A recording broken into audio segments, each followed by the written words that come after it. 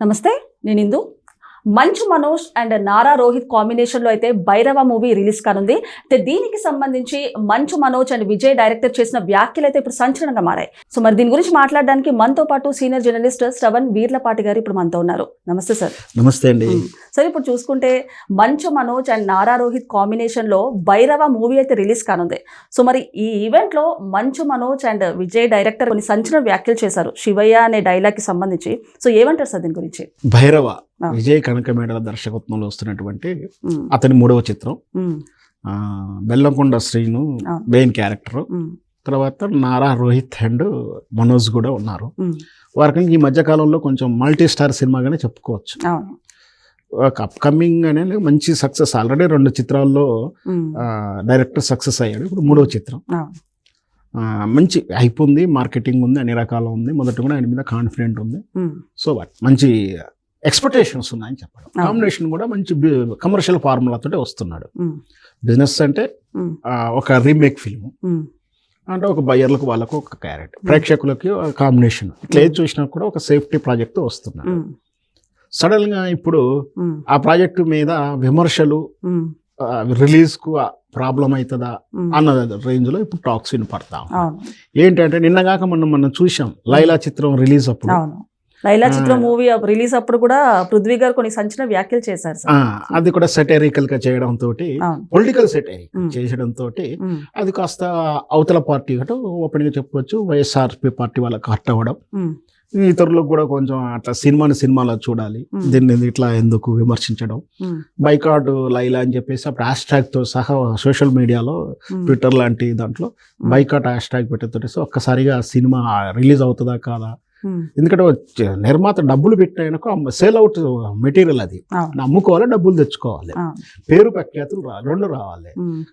అనవసర విషయంలో అది పొలిటికల్ సినిమా అయితే కాదు. మన అంతకుముందు వంగవీటి ఇట్లాంటి చిత్రాలు చూస్తే అది పొలిటికల్ కంటెంట్ తో వచ్చింది. అది ఎట్లా ఏడ్చినా కూడా డబ్బులు పెట్టే ముందు తెలుసు, డబ్బులు తర్వాత అయినా తెలుస్తుంది. ఒక హెల్తీ లైలా అంటే ఫిబ్రవరి 14th ఒక లవర్స్ సినిమాగా వస్తుంది. అట్లాంటి సినిమాలు అట్లా ఆయన వ్యాఖ్యలు చేయడం తప్పని పరిస్థితులు వచ్చింది, అర్థమైపోయింది. సారీ చెప్తే కానీ రిలీజ్ లేని పరిస్థితికి వచ్చింది. ఇప్పుడు మళ్ళీ అవే రోజులు ఆ టాపిక్స్ ఇప్పుడు గుర్తు చేసుకుంటున్నారు. యాక్చువల్గా ఈ భైరవ చిత్రం ఫుల్ మాస్ కమర్షియల్ చిత్రం. సో మా ఫంక్షన్స్ చేశాడు, ఫ్రీ రిలీజ్, ఆడియో ఫంక్షన్స్, రకరకాల మార్కెటింగ్ స్ట్రాటజీ ప్రకారం వస్తుంది. నిన్న కాక మొన్న ఏలూరులో ప్రీ రిలీజ్ ఈవెంట్ చేయడం జరిగింది. దీంట్లో మనోజ్ కూడా క్యారెక్టర్ చేస్తున్నాడు. సరే, ఆయన మాట్లాడిన విధానం కానీ, ఆయన బాధపడిన విషయం కానీ ఏది చూసినా నిజంగా చేశాడా, యాక్టింగ్ చేశాడా. ఎందుకంటే స్టేజ్ మీద తండ్రిని తలుచుకుని ఏడవడం కానీ, 9 సంవత్సరాలు అయింది అన్న నేను సినిమా రిలీజ్ నొచ్చుకోక. ఈ మధ్యకాలం మనం చూస్తున్నాం మంచు మనోజ్ ఫ్యామిలీలో మంచు మోహన్ బాబు గారి ఫ్యామిలీలో ఎంత ఇష్యూ అయిందో. చివరికి కూడా ఆయన సింపతి గెయిన్ చేసుకున్నాడా, బాధని చెప్పుకున్నాడా, ఆయన ఇష్టం. ఏంటంటే నాకు ఈవెన్స్ కారు కూడా లేదన్నా, కట్టుబట్టలతోనే బయటకు పంపించారు, కార్లు అవన్నీ లాగేసి ఒక రకంగా తన ఆ బాధని చెప్పుకుంటూనే ఉన్నాడు. ఒక రకంగా సింపతి గెయిన్ చేస్తున్నాడా, సెంటిమెంట్ ట్రోల్ చేస్తున్నాడా అని కూడా ఒక అనిపిస్తుంది. ఎందుకంటే శివయ్య మీద అనేసరికి శివయ్య రాబోయేటటువంటి భక్త కన్నప్ప చిత్రానికి సెటైర్ వేసాడు అని చెప్పి ఒక విమర్శలు వస్తా ఉన్నాయి. ఒక డైలాగ్ వాడారు ఆయన, శివయ్య అని పేరు పిలవంగానే రారు, మా డైరెక్టర్ గారి రూపంలో వస్తారు అంటూ కూడా ఒక డైలాగ్ వాడారు. ఇప్పుడు ఎలా ఉంది ఈ రోజుల్లో మనం కొన్ని సామెతలు కూడా మాట్లాడలేకుండా, ఎందుకంటే ఎదుటి వాళ్ళు అట్ట అవుతున్నారు, మనోభావాలు దెబ్బతింటున్నాయి. సంవత్సరాలుగా యుగాలుగా మనం వాడుతున్న ప్రోవేబ్స్ కూడా వాళ్ళని పొజిషన్ ఉన్నప్పుడు స్టేజ్ మీద మాట్లాడుతున్నప్పుడు ప్రతి కూడా తూకం వేసుకుని మాట్లాడాలని అంటుంటాను.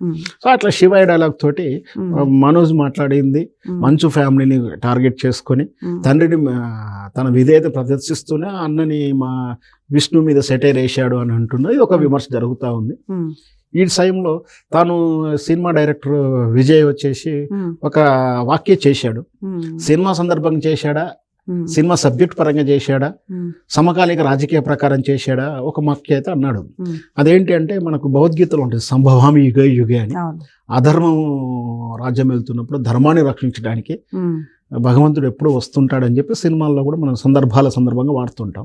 గత కాలంలో జరిగింది. ఇప్పుడు 1 సంవత్సరం నుంచి అంటే ఆయన వైఎస్ఆర్పీ పార్టీ పీరియడ్ని ఉద్దేశించి అధర్మం రాజ్యం వెళ్ళినప్పుడు మళ్ళీ టీడీపీ పార్టీ చంద్రబాబు నాయుడు వచ్చారనే ఉద్దేశంతో రావడం అనే వ్యాఖ్యలు చేయడంతో ఇప్పుడు మళ్ళీ వైఎస్ఆర్ పార్టీ సేమ్ అప్పుడు లైలా చిత్రం విషయంలో ఏ విధంగా అయితే మనోభావాలు దెబ్బతిన్నాయను బైకాట్ అన్నారు, ఇప్పుడు మళ్ళీ బైకాట్ భైరవ్ అని చెప్పేసి కొంచెం చర్చలు జరుగుతూ ఉన్నాయి, సోషల్ మీడియాలో పోస్టులు వస్తూ ఉన్నాయి.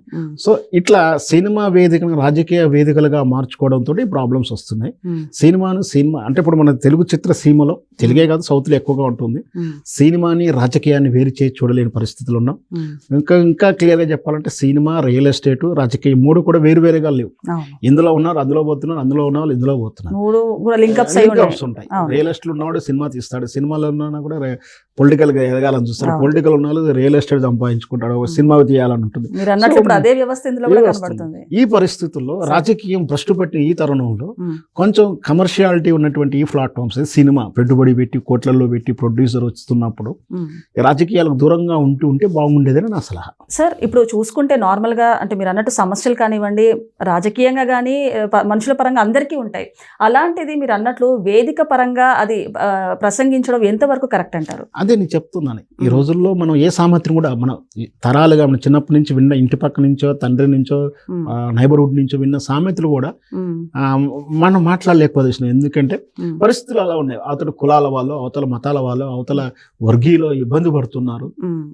మనకు తెలియదు అసలు ఆ పదానికి మనం స్పష్టంగా అర్థం. మనం పని పాట లేని వాళ్ళు పిల్లికి తలకాయ కొరిగారు సామెత ఉంటుంది, కానీ అది మన అందరికీ తెలుసు, ఓకే వస్తుంది. కొన్ని ఇంకా కొన్ని ఉన్నాయి అట్లాంటి మాట్లాడే పరిస్థితులు ఉన్నప్పుడు.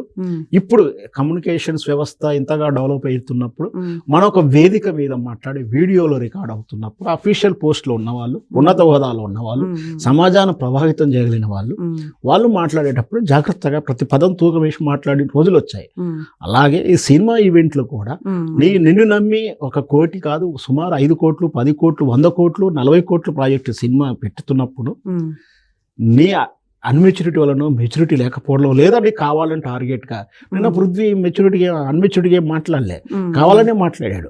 కానీ ఆయనకు అవసరం లేదు. ఆయన కూడా సినిమాలో చిన్నపాటి క్యారెక్టర్, కానీ అక్కడ డబ్బులు పెట్టిన ప్రొడ్యూసరు, హీరో విశ్వక్సేన్, లైలా చిత్ర విశ్వక్సేన్ హీరో కాదు, ఒక స్ట్రాటజిక్ ఫిల్మ్ అంటే ఒక అతను ప్రూవ్ చేసుకో, ఆల్రెడీ ప్రూవ్డ్. బట్ ఇంకా ఒక క్రేజ్ పెట్టుకుని February 14th వస్తున్నాడు. ఆ సినిమాకి ఆయనకి ఇంపార్టెంట్, ప్రొడ్యూసర్కి ఇంపార్టెంట్.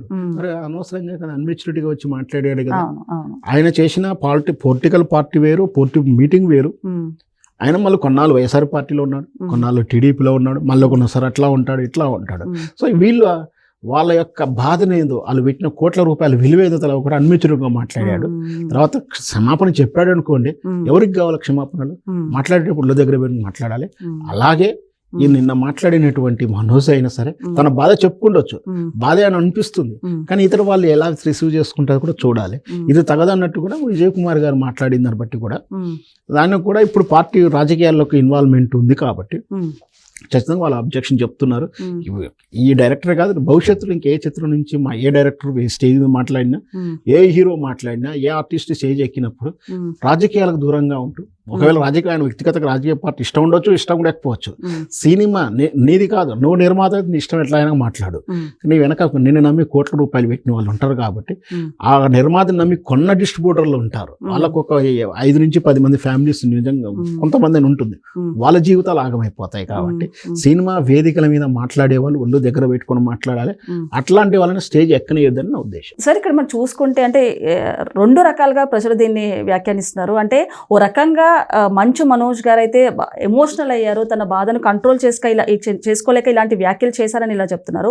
కొంతమంది చూసుకుంటే అంటే ఒక మూవీ రిలీజ్ పరంగా ఇలాంటి వ్యాఖ్యలు చేయడం, ఇలాంటి పర్సనల్ ఇష్యూస్ అంటే ఏదైతే కట్టుబట్టల మీద నన్ను ఎలగొట్టేశారు, లేకపోతే నా కార్ లాగేశారు అని చెప్పేసి ఇలాంటి వ్యాఖ్యలు కూడా చేయడం కరెక్ట్ కాదని చెప్పేసి కొంతమంది చెప్తున్నారు. సో ఏ రకంగా చూడొచ్చు అంటారు దీన్ని? వాస్తవం అయితే మనం చూస్తుండే చిన్న చిన్న డాన్స్ ప్రోగ్రాంలో కూడా సినిమాలో జోక్స్ కూడా ఉంటాయి. మనం ఇట్ అయినంగా ఇంటర్వ్యూలో చెప్పుకోవటానికి బాగుంటాయి, సెంటిమెంట్స్ బాగుంటాయి అన్నట్టుగా ఒక డైలాగ్ ఉంటుంది. అట్లాగే ఇవి బాగానే ఉంటాయి ప్రోమో కట్స్ చెప్పుకోవడానికో, ఆ క్రేజ్ లేవడానికో, లేకపోతే టీఆర్పీ రావడానికే. కానీ నిజంగా మాట్లాడుకొని ఏం సాధించాలని అంటే ఇప్పుడు నిన్న మనోజ్ మాట్లాడారు అంటే సింపతికి ఏం చేద్దాం అనుకున్నాడా, సింపతికి ఏం చేసి సినిమా మీద హిట్ తెచ్చుకుందాం అనుకుంటే ప్రేక్షకుని ఏడిపించి ఏదో ఉద్దేశంతో సినిమాకు ఆయన పేరు తెచ్చుకుందాం అనుకున్నాడా, ఏమనుకున్నాడు అనేది ఒక చర్చ. లేదు తనకు బాధ ఉంది కాబట్టి చెప్పుకోవడానికి వేదిక దొరికిందని తన బాధను చెప్పుకున్నాడని చెప్పుకోవాలా. సో ఏది చెప్పుకున్నా అలా చెప్పడం అనేది జరిగింది. చెప్తున్నప్పుడు ఆ శివయ్య అనే పదం రాకుండా ఉంటే ఇంకా ఆయన మీద సింపతి ఉండేది. నిజంగా ఆయన మంచిగా మాట్లాడారు, సరే మంచి ఆయన మాట్లాడిందని బాధపడే వాళ్ళు బాధపడతారు, సర్లే ఆయన బాధ ఏదో ఆయన పడ్డాడు, ఆయన వదిలేసుకునే వాళ్ళు అంటే వదిలేసుకుంటారు. ఆయన ఒక మాట అయితే మళ్ళీ చెప్పుకొచ్చారు. అంటే ఆయన మోహన్ బాబు గారికే పుట్టారని చెప్పేసి ఎప్పటికీ చచ్చే వరకు కూడా ఆయన కొడుకుగానే ఉంటానంటూ కూడా ఆయన చాలాసార్లు అది వ్యాఖ్యానించారు. సో ఏమంటారు సార్ దాని గురించి? ఖచ్చితంగా అది ఎవరు చెప్పాల్సిన అవసరం లేదు. అవునన్నా కాదన్నా, రేపు పొద్దున చట్టం కాదన్నా నువ్వైతే మోహన్ బాబు కొడుకు కాకుండా పోవు. చట్టం కూడా కాదన్నది నా ఉద్దేశంలో చెప్తున్నాను, కాకుండా పోదు. అది కాదు కదా, అంత ప్రేమాభిమానులు ఉన్నవారు మీరు ఎందుకు డిస్ప్యూట్ లో ఉన్నారు, ఎందుకు ఇవన్నీ కూడా అడగాల్సి వస్తుంది. తండ్రే కదా, ఒక మాట పడవచ్చు, ఒక మాట వదులుకోవచ్చు, నెగోషియేట్ చేసుకోవచ్చు. మరి ఆయన పట్టుదల అంటే మీ పట్టుదల, మీ కుటుంబ సమస్య అది. మీది తప్ప ఆయన తప్ప అనేది మీ వ్యక్తిగతంగా, అది స్టేజ్కి అవసరం లేదు, ప్రేక్షకుడికి అవసరం లేని విషయం. సో కాబట్టి సెలబ్రిటీలు కాబట్టి టాపిక్ చేంజ్ మాట్లాడుతూ ఉంటారు, వింటూ ఉంటారు, తెలుసుకోవాలనుకుంటూ ఉంటారు. ఏదైనా సినిమా వేదిక మీద ఆయన సినిమా ఏదో ఆయన ఏం కష్టపడ్డాడు చెప్పుకుంటే బాగుండేది. సరే ఆయన ఏదో ఎమోషనల్ అయ్యాడు, ఆయనతో కూడా అంతవరకు బాగానే ఉంది.